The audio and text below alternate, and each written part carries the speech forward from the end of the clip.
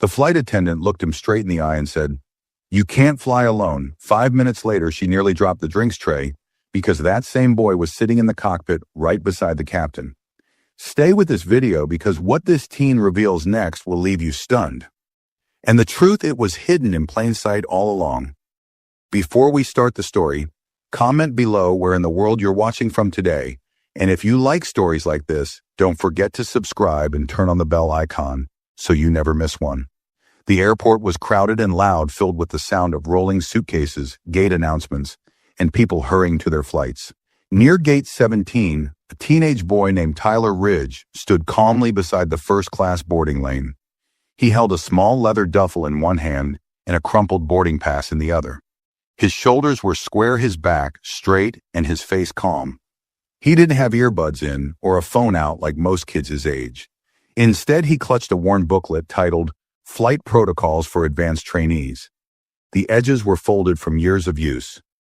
The gate agent, a younger woman with thick glasses and a clipboard, glanced at Tyler's pass and waved him through with a polite nod. He didn't say much, just thanked her softly and walked down the jet bridge. When he entered the plane, the first-class cabin was nearly empty. Cream leather seats, polished tray tables, and chilled water bottles rested on armrests. He found seat 2. He placed his bag beneath it and quietly sat down. He flipped open the flight booklet and started reading. Across the aisle, a tall flight attendant named Brooke Winslow stood at the front galley, preparing welcome drinks. She was in her late 30s, sharp-featured with a tight bun and stiff posture. Brooke noticed Tyler and frowned. She didn't recognize him as one of the unaccompanied minors noted on her roster. Her heels clicked as she walked over. "Excuse me," she said, her tone clipped. "Are you waiting for your parents?" Tyler looked up, his expression polite but puzzled. "No, I'm flying alone." Brooke's eyebrows lifted. "Alone in first class." She said it like it was a joke. He nodded and handed her his boarding pass. She looked it over slowly, then looked back at him. "First class isn't for solo minors. That's not allowed without direct supervision, airline policy." He kept his voice steady. "My guardian approved this. It was booked weeks ago." Brooke folded the ticket and dropped it on his tray. "That doesn't change the fact that you can't stay here." Her voice was louder now. A few passengers had begun to listen. "You need to move to economy." Now Tyler looked around, unsure whether to argue or stay silent. After a few seconds, he picked up his bag and stood. A man sitting in seat 2, C mid-40s, dark sweater, leaned over to Brooke. "He had a first-class pass," he muttered. "What's the issue?" Brooke ignored the comment. "Let's go," she said firmly to Tyler. She led him past curious faces all the way to the last row of the plane, middle seat between a sleeping college student and a woman with a crying baby. She pointed to it without a word. He sat down. Quiet, calm, no protest. The moment he buckled in, Tyler reached for his flight manual again and flipped to a page labeled Emergency Procedures, Runway Failures. He read with quiet focus, even as a tray of juice spilled across the aisle and a toddler screamed behind him. He didn't seem angry, just still, observing, waiting, and no one, not even Brooke, realized who he was or what he was about to do. The cabin slowly filled with passengers, each dragging carry-ons and adjusting seats. The overhead bins slammed shut one by one. In the back row, Tyler stayed quiet, his manual open across his lap. A flight attendant named Dana, younger than Brooke and far softer in presence, walked by and glanced at him. She paused briefly, noticing the title of the booklet in his lap. "That's not something most kids read," she said with a small smile. Tyler nodded but didn't offer anything more. Meanwhile, Brooke stood near the cockpit reviewing last-minute paperwork. The captain, a tall man named Owen Reeves, with silver at his temples, and a calm voice, stepped out for a moment to check with the crew. As he passed Dana, she whispered, "That kid in the last row, he's got some kind of pilot manual with him." Owen looked over toward the back briefly. "Where's he seated?" he asked. "Back row, middle." She replied, "But he had a first-class pass." Brooke moved him. Owen's brow furrowed. He nodded once, said nothing more, and walked back into the cockpit. Back in first class, a passenger who had witnessed the earlier exchange, a woman named Helena Forbes, early 50s, wearing a pearl scarf, pulled Brooke aside. "That boy had a ticket, didn't he?" she asked quietly. "I saw the print on it, too." Brooke gave a tight smile. It's airline policy minors can't sit alone up front. Liability. Helena's eyes narrowed. Funny, my son flew solo. In first class when he was 12. No one stopped him. Brooke's smile faded, but she turned away before responding. She headed straight for the galley and picked up the intercom. Cabin secure, she said through gritted teeth, trying to mask her growing discomfort. But her eyes kept drifting to the back of the plane. Tyler, unaware of the conversation surrounding him, had closed his manual. He leaned back, adjusted the air nozzle above him, and pulled out a second item from his bag, a metal card with a silver insignia. He flipped it between his fingers, smooth and practiced. The flight crew didn't see it not yet, but they would soon. Then a sudden tone rang through the aircraft. The captain's voice came over the speaker. Ladies and gentlemen, we'll be experiencing a short delay before taxiing due to last-minute clearance protocols. We appreciate your patience. In the cockpit, Owen Reeves reached for the cabin phone. Get that kid back up here, he said. Right now, Dana moved quickly through the aisle, her eyes scanning each row until she reached the back. Tyler was seated just as before, calm, straight-backed, and still holding the silver insignia card in his hand. She crouched beside him, lowering. Her voice, Tyler Ridge, she asked carefully. He looked at her and nodded. The captain would like to see you, she said, her tone gentle, but now more respectful. Tyler stood without a word, tucked the manual and card into his jacket, and followed her quietly toward the front of the aircraft. As they made their way forward, several passengers glanced up. A man in business class raised an eyebrow. In first class, Helena leaned forward, watching closely. Brooke noticed the movement in the aisle and stepped directly into their path. Where are you taking him? She asked sharply. Arms folded, Dana kept her voice level. Captain Reeves called for him. Brooke looked from Dana to Tyler, clearly unsettled for what. This child's been moved already. He's not even supposed to be. The cockpit door clicked open. Captain Reeves stepped out halfway. Brooke, he said evenly, I requested his presence. That'll be all. Brooke hesitated but said nothing, her cheeks visibly flushing. Dana guided Tyler past her and into the cockpit. The door closed behind them. Inside the cockpit, it was quiet but tense. Co-pilot Mitch Harrison, in his early 40s, glanced back and gave a slight nod of recognition. There you are, Mitch said. Was wondering when they'd let you up. Captain Reeves offered Tyler a seat behind the center console. Not in a passenger chair, but in a folding jump seat reserved for authorized personnel. Tyler took it without needing instruction. You doing okay? Reeves asked, adjusting a knob on the center panel. Yes, sir, Tyler replied, cool and composed. The captain glanced at Mitch, then reached into his own bag and pulled out a small identification folder, nearly identical to the one Tyler had been holding. You still carrying yours? He asked. Tyler opened his jacket and handed over the silver card. It wasn't a toy or even a training badge. It was a junior aviation specialist authorization issued under a rare mentorship program tied to the Federal Aviation Administration, granted only to teens with log simulator hours, written exams, and verified instructor endorsement. There were fewer than 30 issued nationwide. Reeves smiled faintly. Didn't think I'd see you back so soon. He looked down the checklist. You want to help run pre-check with Mitch? Tyler nodded once. Yes, sir. Outside the cockpit, Brooke stood frozen near the galley, her expression blank, but her ears burning. She had just witnessed a minor she had dismissed take a seat inside the cockpit beside two senior pilots. Behind her, Helena watched with a cold gaze. That boy belongs up there, Helena said quietly, just loud enough for Brooke to hear. Not shoved between a crying baby and a tray cart. Brooke turned her face stiff and muttered something under her breath. Then she made her way quickly down the aisle to the back of the plane, as if trying to escape the eyes now beginning to turn toward her. Passengers whispered first in scattered pairs, then in groups of 3 or 4. The murmurs swelled slowly like a wave moving forward from the rear. Someone had seen the badge Tyler carried, another had recognized the captain's tone. A man in 4C was already typing something on his phone, preparing a social media post. In the cockpit, Tyler sat calmly beside Mitch, reading through the digital checklist on a mounted screen. His hands didn't shake. His voice didn't rise. Mitch gave him a side glance, impressed but unsurprised. Is sharper than some of the cadets I've trained. Mitch whispered to Reeves. The captain nodded. That's why he's on board. Reeves reached for the cabin phone and pressed the key to ring the lead attendant. Brooks' voice answered, forced and tight. Yes, Captain, reassign that passenger to his original seat in first class. Reeves said. Now he didn't raise his voice, but every word felt like steel. And well, be discussing your conduct after landing with the director. There was a long pause. Understood, Brooke finally said. Her hand trembled as she hung up the phone. Brooke's hand hovered in the air. After hanging up the receiver, her face pale, jaw clenched. She hadn't expected the call, certainly not that tone.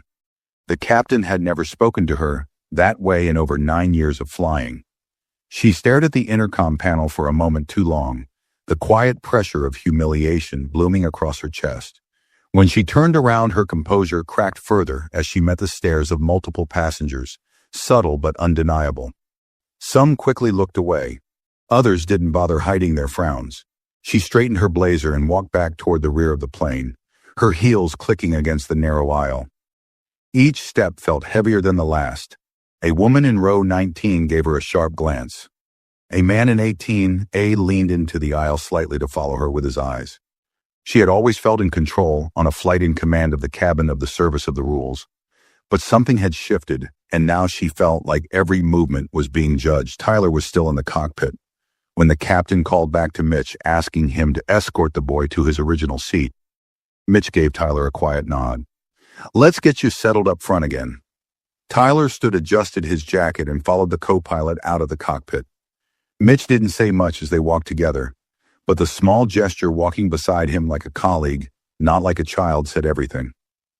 As they approached the first-class section, the low buzz of conversation halted, eyes turned. Passengers leaned back or looked up over their newspapers and tablets. When Brooke caught sight of them coming down the aisle together, her stomach twisted. Mitch stopped just short of seat 2A and gestured to it. You're back where you belong, he said, his voice casual but full of intention. Tyler nodded, placed his bag under the seat, and sat down quietly. Brooke stood near the galley, unsure if she should say something, apologize or vanish. She did none of the three.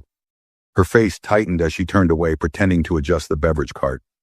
From across the cabin, Helena Forbes, still seated in 1C, gave a small approving nod. She turned to the man beside her and whispered, They corrected it. Took long enough? The man raised an eyebrow. Who is that kid? Helena didn't answer right away. She just watched Tyler as he took out the flight protocol booklet again and calmly resumed reading. Someone they clearly underestimated, she said. Meanwhile, in row 4, a young woman in a blazer had begun typing rapidly on her phone. The message was short: teen humiliated by flight attendant for flying alone in first class. Turns out he's the co-pilot's FAA trainee captain. Just reinstated him. Whole cabin saw it. She hit send and watched the post upload to her page. Within seconds, reactions began rolling in. Brooke could feel the temperature in the room shift. It wasn't the air conditioning. It was the weight of every glance, every half whisper, every silence that had meaning. And for once, there was nothing she could say that would make it disappear. She was no longer the authority figure she had built herself up to be. Her decision was unraveling in front of a full aircraft. In the flight deck, Captain Reeves adjusted his headset and checked the remaining pre-flight items. Tell ops we're ready, he said to ground control. He paused for a beat, then added under his breath. Finally, outside the window, the jet bridge began to pull away. Back in first class, Tyler kept his eyes on the page in front of him. He didn't gloat, he didn't smirk. He simply read, focused and calm, as though nothing had happened, as though he had always known this seat was his. And the thing was, he had. The aircraft began its slow crawl away from the gate, the familiar rumble beneath the cabin floor masking the tension that lingered in the air. As the engines hummed to life, passengers began settling into their routine, adjusting headrests, pulling out tablets, and flipping through in-flight magazines. But the earlier incident hadn't been forgotten. Conversations were quieter now, but they had shifted in tone. The kind of quiet that wasn't peace. It was watching, waiting. Tyler sat in 2. His legs crossed neatly, the worn aviation booklet resting open on his lap. He wasn't pretending to be calm, he simply was. He stared out the window, eyes following the tarmac lines like they were familiar roads. Occasionally he'd glance down and study the checklist. Printed on page 17, engine failure protocols, dual pilot response. His fingers moved along the margins, tracing the notes he had written in pencil months ago. Across the aisle, Helena watched him carefully. Not with pity but curiosity. "I've flown over 70 times in the past 10 years. She whispered to the man next to her, "And I've never seen anything like that." The man nodded, still glancing back toward the galley where Brooke stood motionless, pretending to organize beverage trays she had already arranged twice. Brooke's usual poise was gone. She leaned against the galley counter, staring at the silver trim of the coffee pot without seeing it. She knew the captain had filed the incident. She knew the boy's full name was probably in a company-wide system by now. But worse than the official blowback was the growing sense that everyone had seen her for what she'd done. Not a mistake, not an error in seat assignment, an assumption she had assumed he didn't belong. And now every person in first class had silently logged that fact. Dana walked in from the mid-cabin section, her posture relaxed but her eyes focused. "Ready for service?" she asked. Brooke didn't respond right away. "Brooke," Dana repeated a little more firmly. Brooke blinked and looked up. "Yeah," she said quickly. "I'm fine." She moved past Dana and pushed the cart forward toward the aisle, but her usual confidence was missing. Her steps were slower, her eyes lower. When she reached Tyler's row, she stopped awkwardly beside him. "Would you like a drink?" she asked. Tyler looked up, surprised to hear her speak. "Water, please," he said quietly. She poured a glass from the bottle on the top shelf, handed it to him with a trembling hand. "I apologize," she said under her breath. About earlier, she didn't meet his eyes. Tyler took the water. "Thanks," he replied, simple and soft, but nothing more. He didn't say it was okay. He didn't say he understood. And somehow that silence felt louder than anything he could have said. Brooke turned quickly and moved on to the next row. Her neck flushed red. Further up the aisle, a middle-aged man in a sports coat opened his phone and refreshed his feed. "Hey," he whispered to his wife. "The kid's on Twitter already. Look." He tilted the screen. A post with Tyler's photo from earlier in coach had gone semi-viral. The caption, "Kicked out of first class for flying alone." Now he's co-piloting the flight. Whole cabin is watching this unfold. It already had over 3,000 shares. Dana, who overheard, walked up the aisle to Helena and passed her a note discreetly. "Has been cleared to sit up front again. Anytime captain said he wants him in the cockpit before descent," she whispered. Helena nodded solemnly. In the cockpit, Captain Reeves had already received 2 messages from airline operations. One was routine flight timing landing slot. The other was more loaded. "Confirm incident report on Ridge minor statement. Needed before arrival. CEO alert has been triggered." He leaned back in his seat, sighing through his nose. "So they're watching now," he muttered. Mitch nodded. Words out, back in the cabin. The plane climbed smoothly through the cloud line. Tyler sipped his water, then returned to his notes. One page held a diagram of instrument clusters, the other bullet points underlined in pen. He didn't seem concerned about the whispers or the stares anymore. He didn't seem like he was holding a grudge. But his calmness wasn't surrender, it was control. Quiet, focused, earned control. And Brooke, who now kept looking over her shoulder every few minutes, was just beginning to feel what it meant to lose it. At 35,000 feet, the cabin settled into a false sense of calm. Overhead lights dimmed, the window shades closed one by one. Most passengers leaned back in their seats, scrolling through their screens or flipping to the in-flight movie. But underneath the hush, the quiet tension still pulsed. Brooke continued her service rounds with a mechanical politeness. She poured drinks, handed out pretzels, nodded at requests, but her mind wasn't in any of it. She kept glancing toward the front. Every time Tyler lifted his cup or reached into his bag, her breath caught, waiting for another twist she couldn't control. Her rhythm was off. She dropped a napkin, spilled tonic water on a businessman's pants. Forgot one couple's dinner tray completely. Dana, working further down the aisle, noticed but said nothing yet. She just watched, filing it all away in seat 2. Tyler placed his aviation manual back into his bag and unzipped a side pocket. From it, he pulled a slim tablet with a black case and quietly unlocked the screen. It was synced with simulator training logs, not a game, not a hobby app, but real data logged from hours in FAA-certified flight programs. He scrolled through recorded sessions, reviewed past checklists, and tapped open a new lesson titled Cockpit Communication During Disruption. His finger hovered over the screen. He paused, then locked the tablet again and placed it face down beside him. A few rows back, Helena Forbes continued to observe, shed-flown with generals and governors over the years, and something about the way Tyler carried himself unsettled her. Not because he was intimidating, but because he was unlike anyone his age she'd ever seen on a flight. Most teens squirmed in. Coach complained about legroom snuck sips from energy drinks. Tyler had been yanked from his seat, humiliated in front of strangers, and still managed to move with grace. She had seen grown men collapse under less. She picked up her phone and typed a short message to her friend on the board of directors at the airline. Heads up, something happened on Flight 417. You're going to want the cabin report, passenger name Tyler Ridge.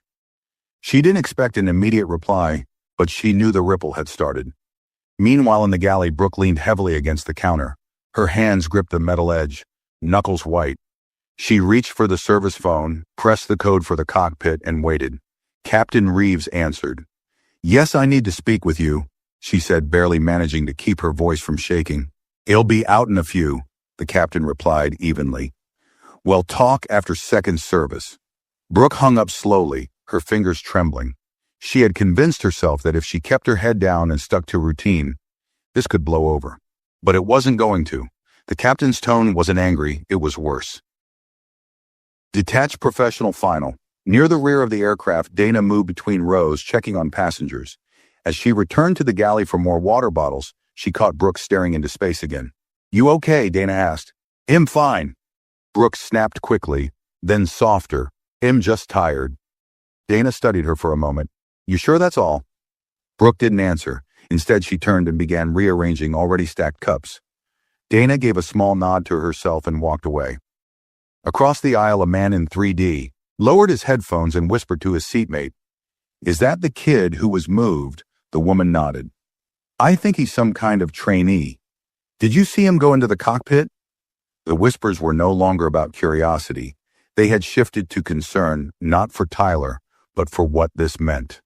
People had seen the way he was treated, and now they knew who he was, and most importantly, who he was connected to. Tyler sat still, back straight, hands folded in his lap. He wasn't pretending to be calm for the sake of image. He had trained himself to stay that way. His instructors had drilled it into him: a good pilot breathes slower when the room gets tighter. He had learned early that being underestimated was common and often useful. "Let them think you're a kid," he remembered one mentor saying. "It only gives you more room to prove them wrong," and today it was working better than he expected. Back in the cockpit, Captain Reeves leaned toward Mitch. "Well, give him another half hour, then bring him in again for the landing review." Mitch nodded. "Think corporate's watching this already." Reeves gave a short breath. "They're not just watching, they're waiting for us to land."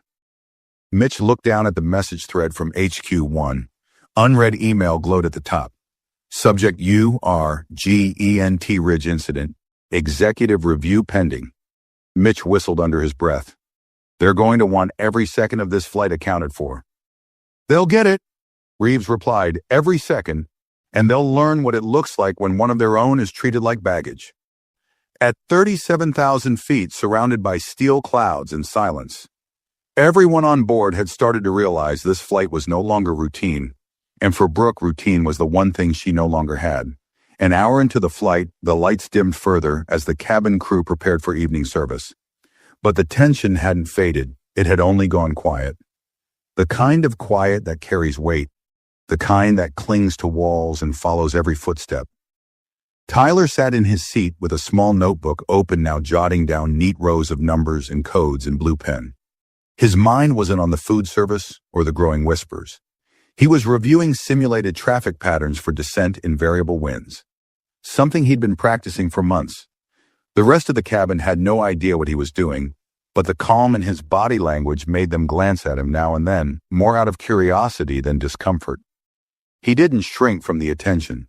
He didn't look for it either. Near the rear galley, Brooke had pulled Dana aside under the pretense of reviewing the second service protocol, but it quickly turned into something else.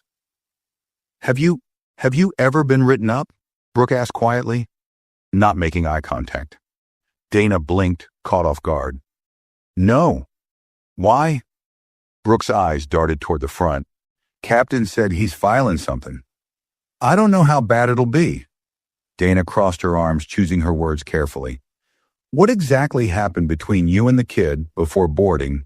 I told him he couldn't sit in first class alone. I've done that. Before, it's always been fine.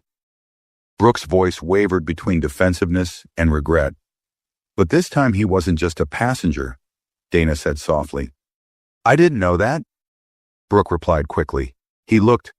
I thought he was someone trying to sneak in. Dana tilted her head. Did he give you a reason to think that? Or did you just assume Brooke's silence was answer enough? Dana sighed and stepped back. You know the training we're supposed to verify before taking action. Quietly, privately, you didn't even give him space to explain. I made a mistake. Brooke snapped a little too loud. A passenger turned to glance at them from row 25. Brooke lowered her voice again. But now I feel like they're treating me like I did it on purpose. Dana didn't say more. She just turned and walked back to the aisle, shaking her head. Up front, Helena Forbes reached for the in-flight call button, but stopped halfway. Instead, she stood from her seat and walked calmly toward the cockpit. Before she reached the door, Captain Reeves stepped out as if he'd anticipated her arrival. Miss Forbes, he said with a nod. I thought you should know, she said quietly. The passengers are talking a lot. There's already a post going around about this flight. Photos, names, people are watching. The captain didn't look surprised. That was expected. Helena studied him. That boy Tyler, he handled what happened with more grace than most adults I know. But Brooke, she paused, lowering her voice further. If she's left to deal with this on her own without support, it's going to blow back on everyone, including him. Captain Reeves crossed his arms. This isn't just about discipline, it's about culture. She made an assumption, acted publicly, and doubled down when challenged. The issue isn't the punishment, it's what gave her the confidence to do it in front of a full cabin. Helena nodded. I agree. Just make sure when you land the focus stays on what matters. He doesn't need to be a symbol. He just needs to be treated like any other trained young professional. With respect, the captain offered a quiet smile. You've flown with us before, haven't you? More times than I can count, she replied. Then you'll know we don't let things slide. He turned slightly. We're bringing Tyler into the cockpit again before descent. I want the passengers to see it. All of them, not to shame her, but to shift the tone. Helena returned to her seat, and moments later the cockpit door opened again. Dana walked up the aisle with a quiet nod to Tyler. The captain would like you up front, she said gently. Tyler stood and grabbed his bag. This time no one looked away. All eyes followed him as he walked the aisle, his expression steady, his steps slow and composed. A boy in 14D leaned toward his father. Is he the pilot? The father smiled faintly. Not yet. As Tyler entered the cockpit once again, Brooke stood in the galley watching him disappear through the heavy door. Her hands were folded in front of her, but her fingers twitched. She had once believed the uniform alone gave her authority, but now it was clear real. Authority didn't come from rules or seniority or even experience. It came from presence, and Tyler had it, and this time no one could take that from him. Inside the cockpit, the atmosphere was focused but calm. Tyler stood just behind the captain's seat as the plane leveled into cruise altitude. The sunset outside the front windows lit the space with a low amber glow, casting shadows over the buttons and screens that blinked quietly across the control panel. Captain Reeves turned slightly in his seat and gave Tyler a small nod.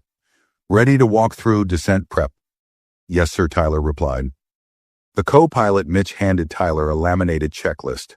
Tyler took it with ease, already familiar with the layout, and began reading aloud in a steady, practiced voice. Each line was delivered with quiet precision. Fuel flow check, pressurization, lock, auto brake setting. Mitch responded with acknowledgments. Reeves marked values. The three of them moved like a quiet machine, with no wasted movements, no chatter. Outside the cockpit, the murmurs continued to spread. A passenger in business class filmed a short clip, not of Tyler's face, but of the closed cockpit door, with a caption, "Kid in the pilot seat." Not a prank. Full flight, staff dead silent. The post joined the growing string of updates that had already begun spreading beyond the airplane. By now, executives at the airline's headquarters had flagged Flight 417 in their system. Internal emails flew from communications to legal, from legal to operations. A supervisor named Rachel, who managed flight experience policy, was already piecing together preliminary facts. Passenger Tyler Ridge, age 15, FAA certified junior aviation trainee guardian. Listed as Captain Owen Reeves, incident, reassigned without cause from first class. Flight attendant involved, Brooke Winslow. She sent her summary to the director of policy with a note. This one isn't going to disappear quietly.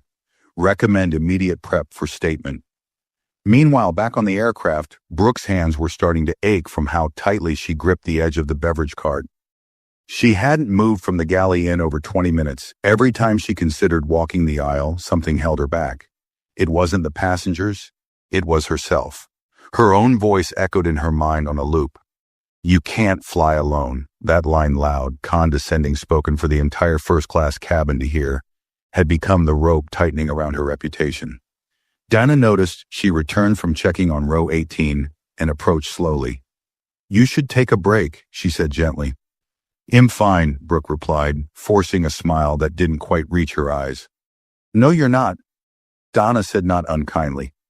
"And honestly, Brooke, I think this is one of those times where pretending doesn't help."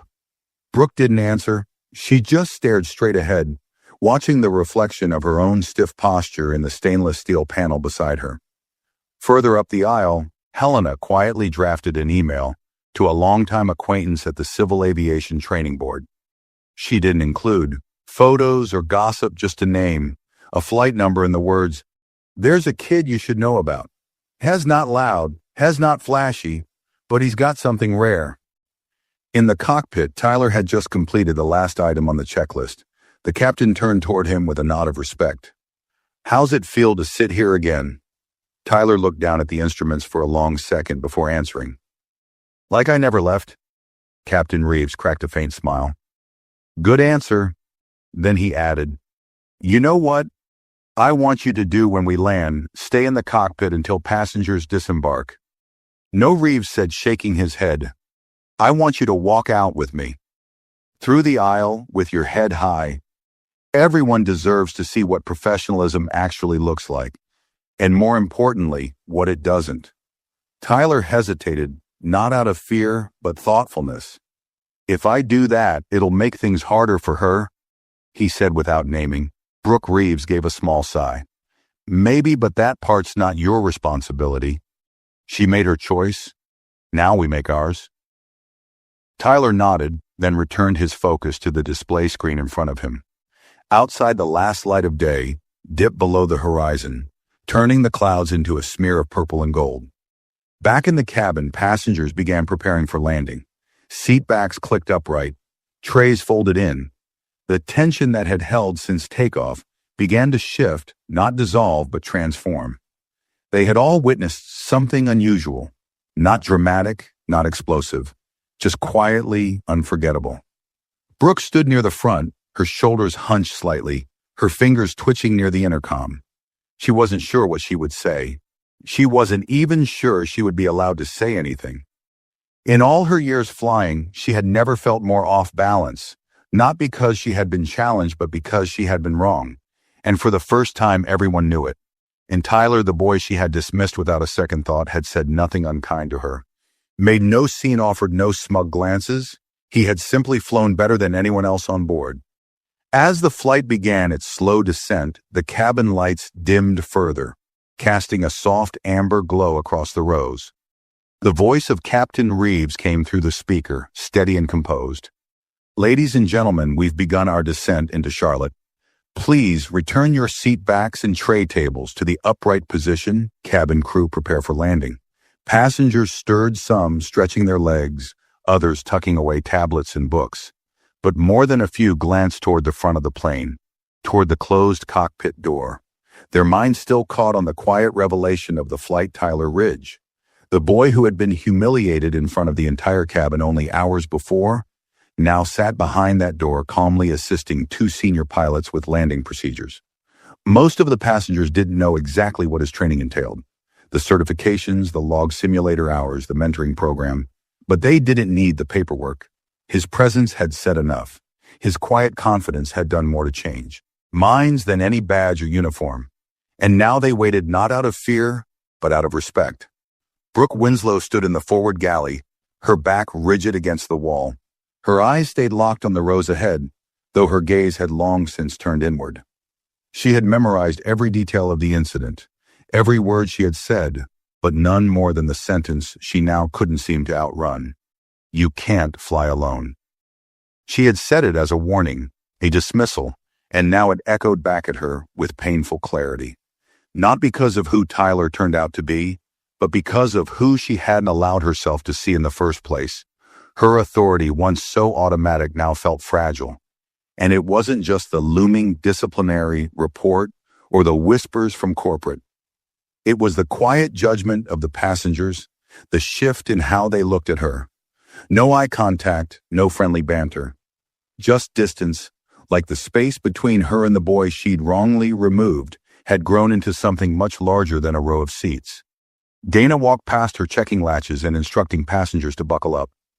She paused briefly near Brooke but said nothing. Her silence wasn't cruel. It was tired. Tired of watching someone refuse to take responsibility. Tired of watching the truth unfold while the person at the center of it refused to face it. Meanwhile, in the cockpit, Tyler sat once again behind the center console, now observing the descent patterns displayed on the main screen. He followed along as Mitch adjusted the autopilot and Captain Reeves relayed instructions to air traffic control. Your call, Reeves said quietly. You want to ride it out with us or disembark with the passengers? Tyler looked down, then back up. I think it's better if I walk out. Good, Reeves replied. That's what I hoped you'd say. Outside, the city lights of Charlotte twinkled against the dark horizon as the plane cut gently through the descending layers of clouds. The runway lights grew larger and clearer, a ribbon of yellow threading through the dark. Inside the cabin, a hush fell again, the kind that came before something meaningful. The wheels touched down smoothly, the faint bump barely registering beneath their feet.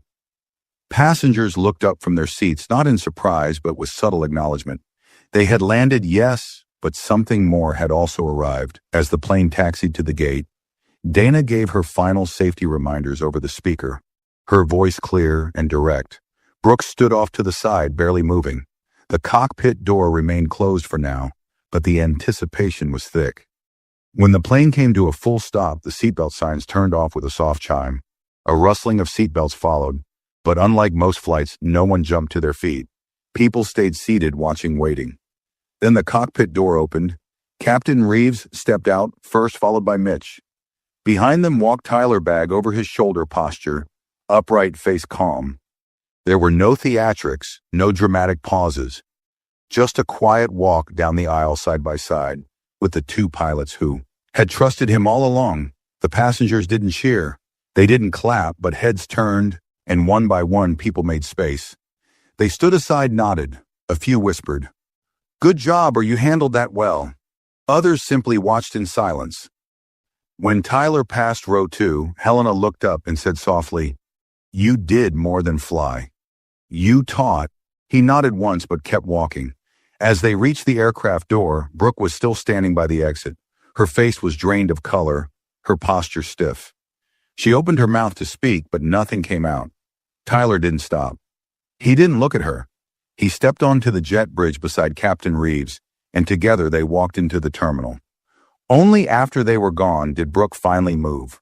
Not to follow, not to apologize, but to retreat into the galley, her shoulders folding inward, her silence complete.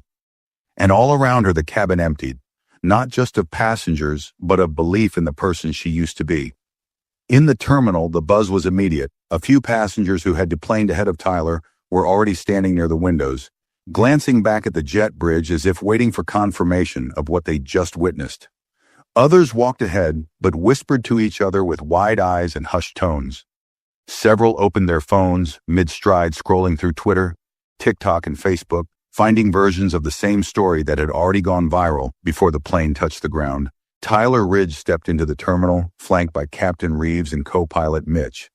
Not as a child walking off a flight, but as someone who had earned the quiet respect of a full cabin.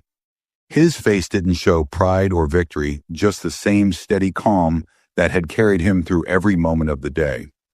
A man from Seat 3D approached as they walked toward the baggage claim. "Hey, just wanted to say," he paused, unsure how to finish. "You handled that better than I would. Better than most adults I know." Tyler nodded and offered a simple, "Thank you." The man stepped aside and let them pass. A few more steps forward, and a woman in a green blazer, who had sat mid-cabin, caught up to them. "My son's 11, she said to Reeves, eyes on Tyler.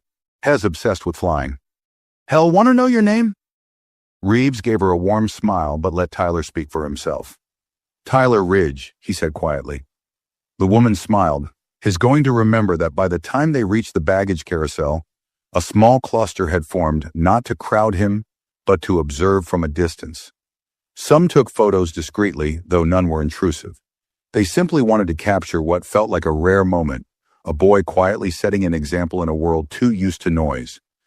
Captain Reeves stepped aside to take a call, as Tyler and Mitch waited near the bags. The call was short but sharp. The voice on the other end belonged to a senior director from airline operations. "We've received the incident log. The footage confirms the interaction.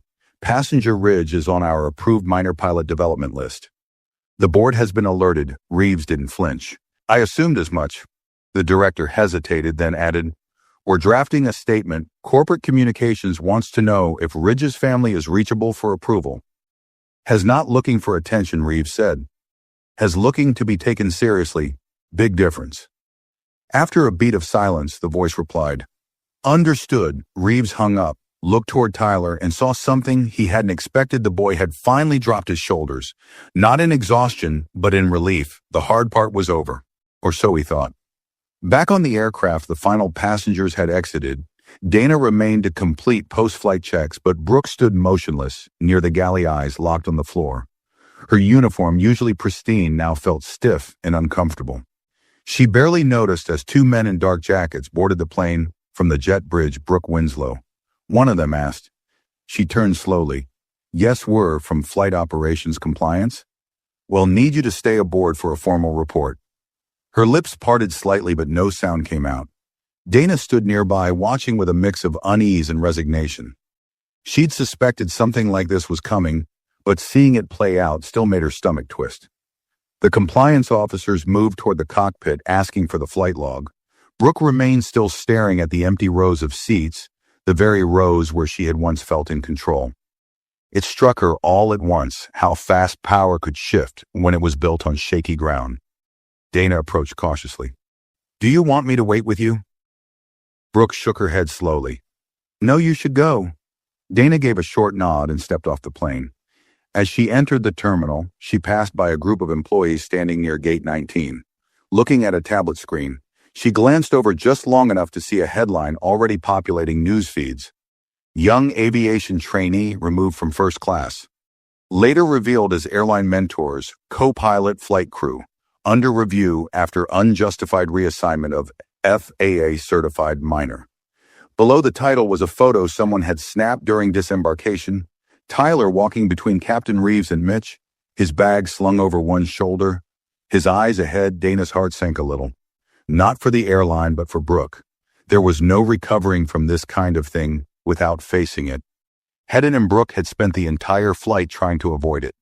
Meanwhile, at the Ridge residence just outside Raleigh, Tyler's older sister, Amanda, sat scrolling through social media with wide eyes. She hadn't heard from him yet, but her screen told her more than she expected.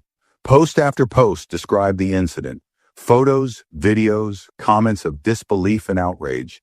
And beneath it all, an emerging thread, people demanding the airline change how it trained its staff. When Amanda's phone rang and Tyler's name flashed across the screen, she answered on the first ring. "Hey," he said. "I've been reading about you for the past 10 minutes, she replied. "Are you okay?" "Am fine," he said. "We just landed." "I can't believe what they did," she said, her voice sharpening. "You had a first-class ticket. You've been training for over a year. Your FAA logged. How could they just?" Tyler interrupted gently. Amanda, it's done. The captain handled it. Everyone saw what they needed to see.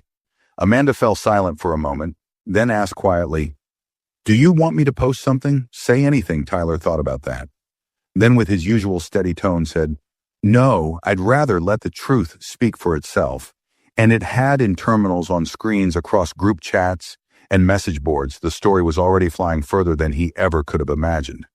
And he hadn't said a word within the hour. The airline's headquarters in Atlanta was lit well past closing. The top floor buzzed with tension. A row of suited executives sat in a glass-walled conference room overlooking the city skyline. Their faces lit not by office lights but by glowing laptops and phone screens. A large display in the center of the room cycled through screenshots from social media posts, flight logs, and incident summaries. At the head of the table sat CEO Lauren Kessler, calm on the outside but with a look that made everyone shift nervously in their chairs. She looked at the head of public relations. How bad the PR lead didn't blink. Over 9 million impressions in 5 hours. Posts from passengers are consistent. Video clips show the boy being asked to leave first class. Another shows him walking with the pilots. One blog already confirmed he's part of our junior aviation pathway program. And the flight attendant Lauren asked identified Brooke Winslow, 10-year veteran, no previous formal complaints, but 3 warnings for poor conflict handling. Never documented at this level. Until now, Lauren leaned back in her chair, lips pressed into a thin line, and the boy. The head of flight operations pulled up a new file. Tyler Ridge, 15 years old, enrolled in FAO certified early pilot training.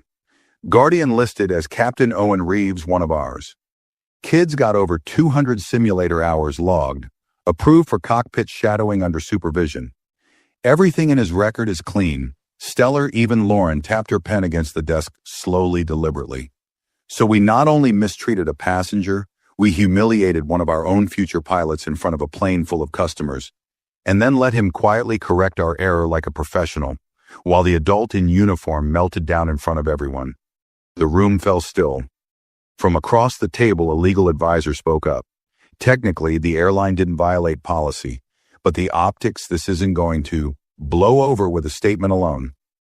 Lauren stood and walked slowly toward the window, her reflection merging with the skyline. Then we don't give them a statement, she said firmly. We give them change. Everyone looked up. We'll need a 3-point action plan by tomorrow, full audit of our cabin crew training programs, clear updates to how unaccompanied minors, especially credentialed ones, are handled.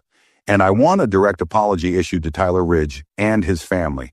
Private first, then public, the PR director cleared her throat. Would you consider inviting him here to headquarters? Lauren didn't hesitate. Yes, make it happen quietly. No media. No press wall. If this kid is going to fly our plane someday, he deserves to see who's behind the ones he's trusting now. Back in Charlotte, Tyler sat quietly in the back seat of the rideshare, watching the city lights slide past the window. Captain Reeves rode beside him, not speaking unless Tyler did. There was no need for words. The day had spoken enough. As they neared the hotel, Reeves finally broke the silence. They'll probably call you tomorrow. Tyler didn't ask who he knew. The executives, the communications people. Maybe even someone from the board. The thought didn't make him nervous. It just made him tired. He leaned his head against the window. I didn't want this, he said softly. All I wanted was to fly. Learn, sit quietly and learn. Reeves nodded slowly. I know, and that's exactly why it mattered.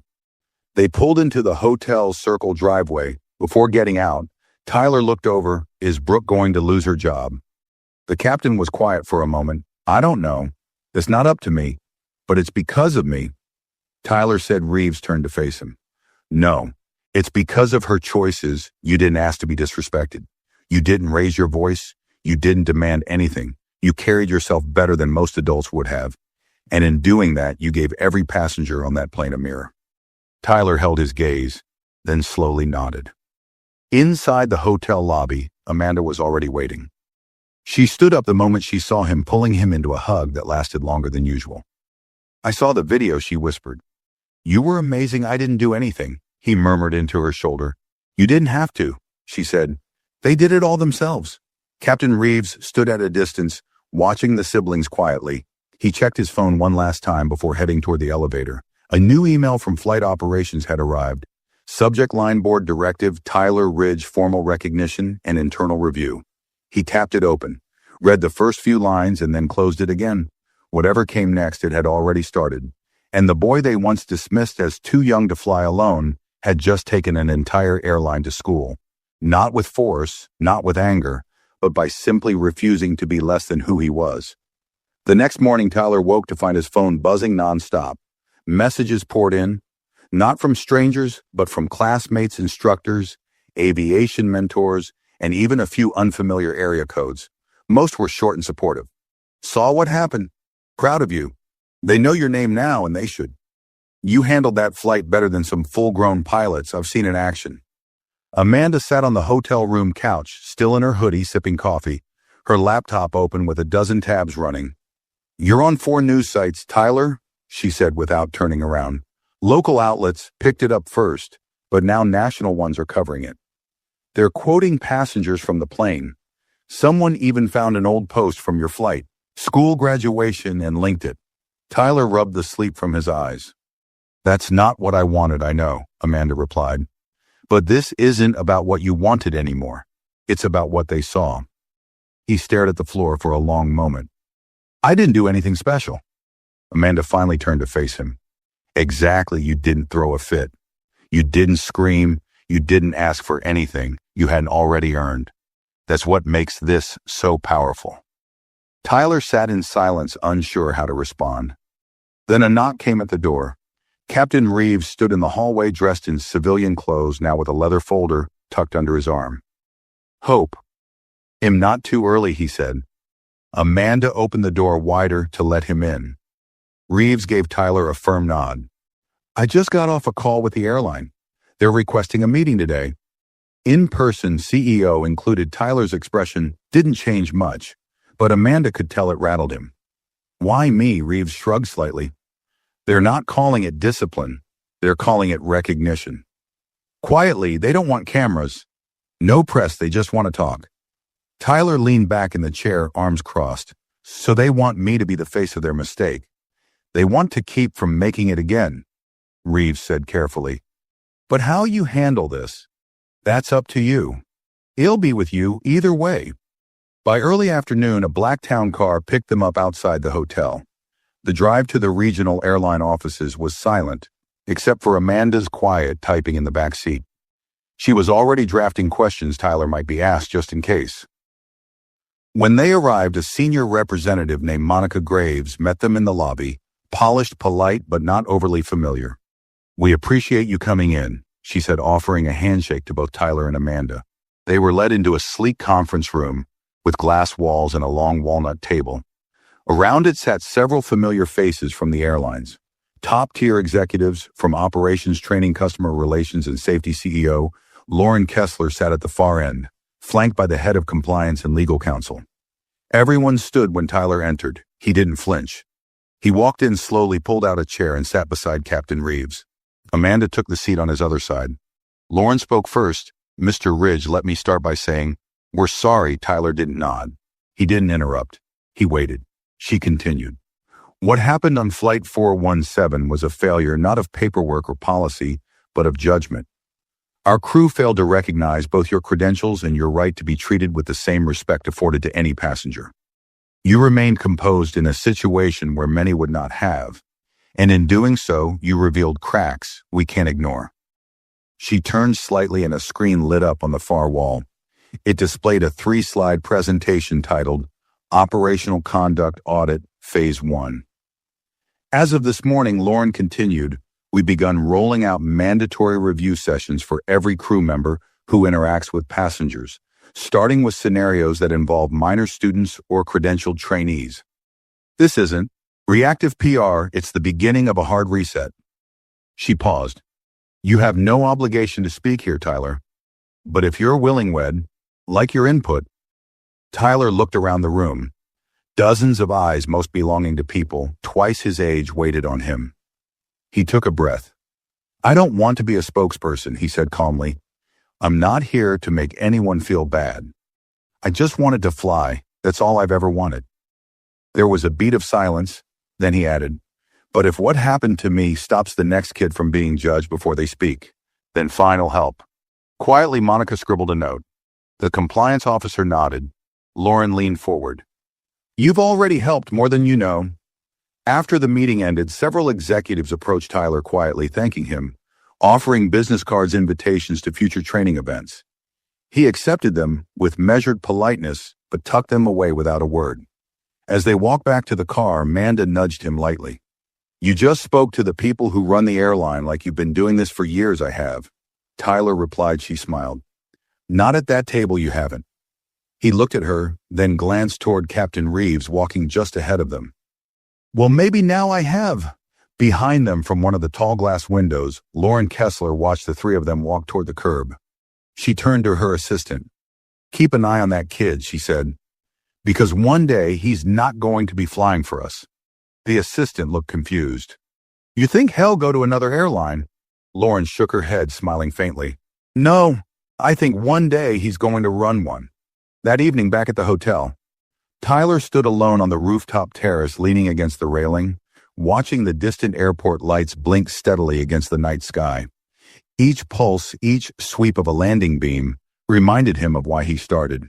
It had never been about uniforms or status. It was about the silence of the sky, the precision of motion, the way the world felt when you were above it all. Clear, focused, true.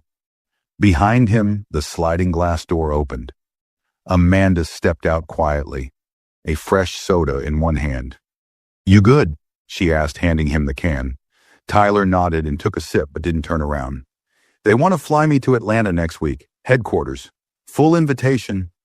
Amanda leaned beside him, brushing her hair back as the wind tugged at it. "You going?" I said. "I'd think about it." Amanda studied him for a moment. "Why do I get the feeling that you're not thrilled about all this attention?" He hesitated. "Because I'm not." She nodded, understanding. "You didn't ask to be the story. You just didn't duck out when it came for you." He looked at her eyes, tired. "I wanted the seat." "That's it, not a headline. Not a hashtag, just the seat I paid for. You didn't just hold the seat. Ty, you held your ground. That's what people are seeing." He didn't reply. Inside the hotel room, his phone vibrated again. This time it was an email from his mentor at the local aviation academy. Mr. Vernon, it read, saw the footage. "You stayed the pilot even when they tried to make you. The passenger, proud of you. And by the way, the FAA regional director wants to meet." "I didn't arrange it." He reached out himself. Tyler set the soda down slowly. "Now the FAA wants to talk." Amanda raised an eyebrow. "You're kidding. No regional director. They want to discuss youth inclusion initiatives and invite me to join some kind of advisory panel." His voice trailed off, half dazed. Amanda let out a low whistle. "Okay, now you've crossed from weird into wild." They both laughed, finally a soft, tired laugh, shared between siblings caught in something much bigger than they had ever planned. But underneath the humor, Tyler's thoughts stayed anchored to the flight. The moment he was told he didn't belong, the cabin full of eyes, the silence that followed, he couldn't shake one question. What if he hadn't known how to stay calm? What if he hadn't had the training, or the backing, or the badge in his jacket? What if he'd been just another kid who looked out of place? Amanda must have sensed it.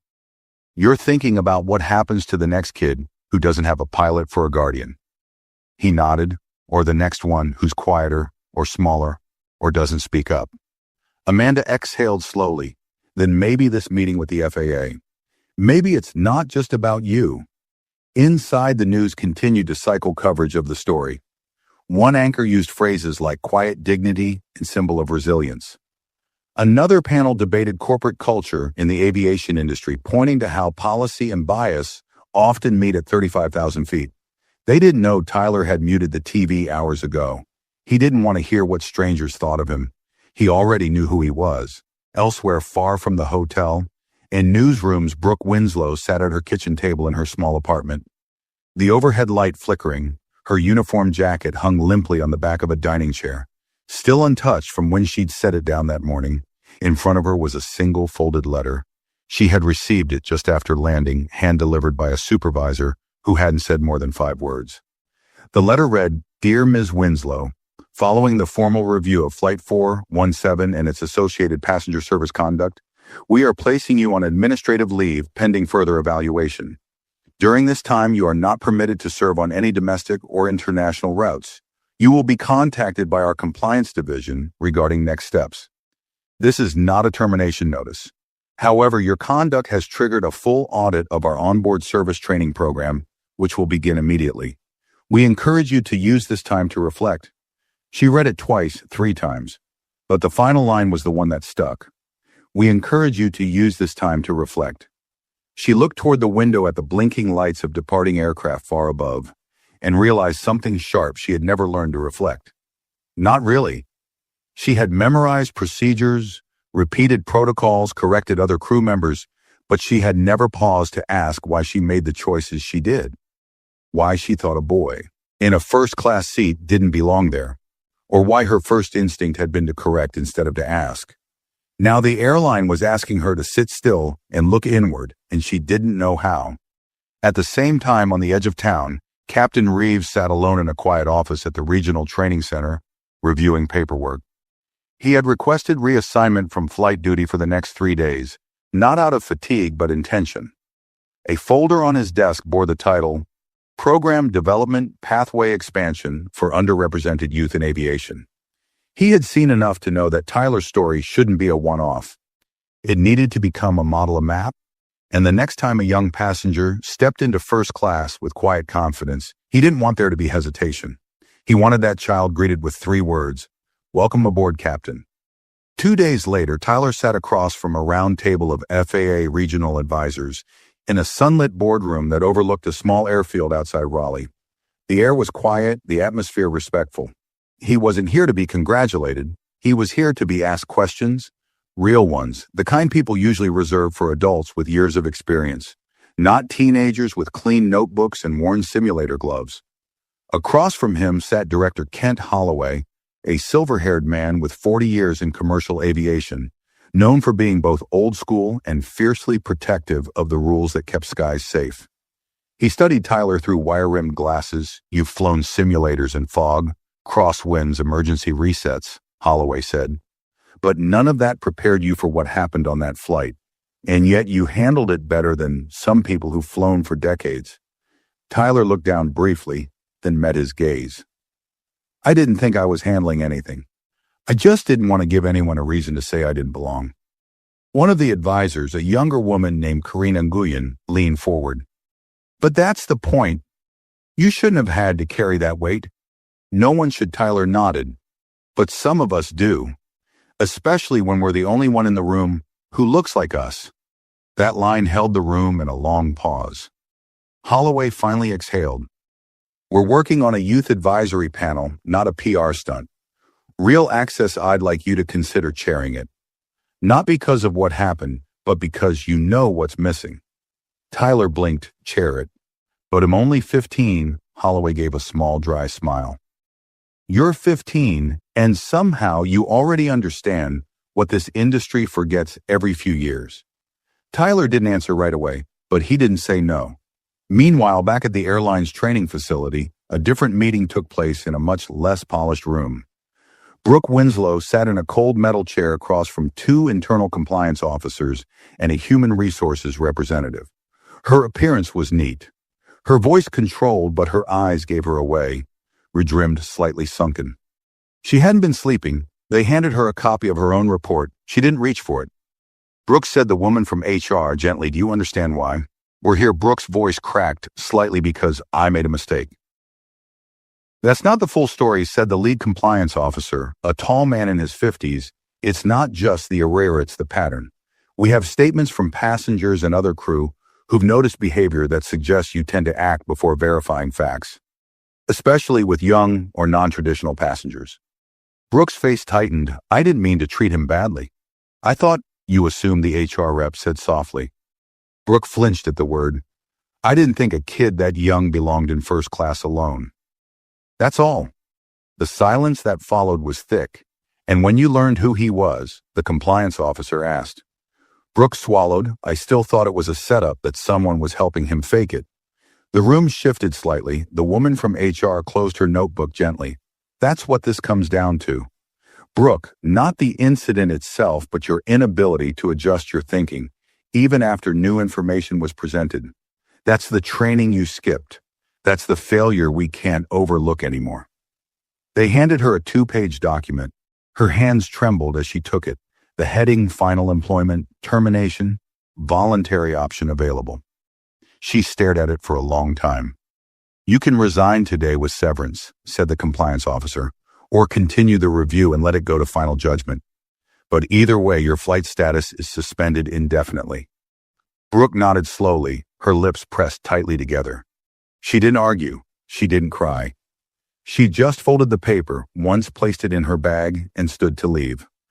Outside the training center parking lot, buzzed with early spring heat, and for the first time in a decade, she didn't have a badge around her neck. Across the city, Captain Reeves stood at the front of a new trainee orientation. A fresh batch of recruits sat in front of him, eager, nervous notebooks open. He spoke plainly. There are a lot of rules you'll learn here, safety. Rules, technical rules, company policies. But the most important thing you'll carry into the air is this. Don't assume. Ask, listen, learn. He paused. You can teach someone how to push buttons and run checklists, but you can't teach respect if someone isn't willing to see others clearly. If that's you, you'll learn fast. If it's not, you won't last here long. No one moved, no one looked down, and in the back row, one of the recruits raised his hand. Sir, are the stories about Tyler Ridge. True Reeves didn't smile, but his eyes softened. Every word back at the hotel. Amanda opened the door to their room and found Tyler seated on the bed, rereading an email. His expression was unreadable. What is it? She asked. He turned the screen toward her.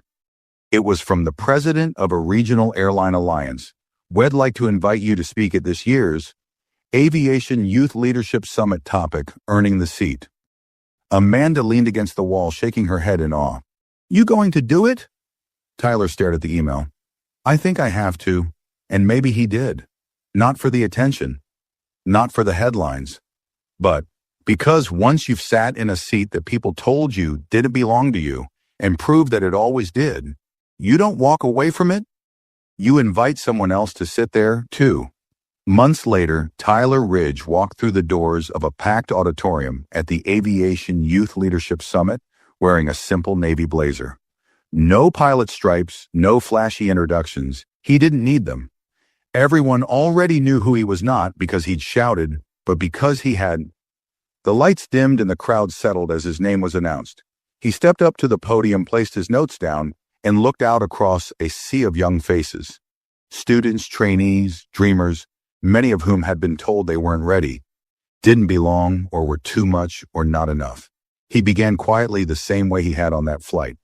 When I was 15, I got removed from my seat, not because I didn't pay for it, not because I broke a rule, but because someone saw me and assumed I shouldn't be there. A few people nodded. Some already knew this part. Others were hearing it for the first time. But here's the thing, you don't need to prove your worth by yelling.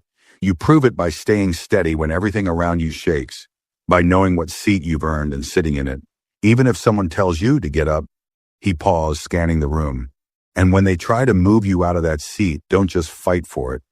Hold it until someone else who looks like you, sounds like you, dreams like you can sit in theirs without question.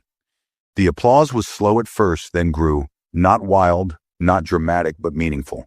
A room full of young pilots stood on their feet, not just for Tyler, but for what his presence reminded them of.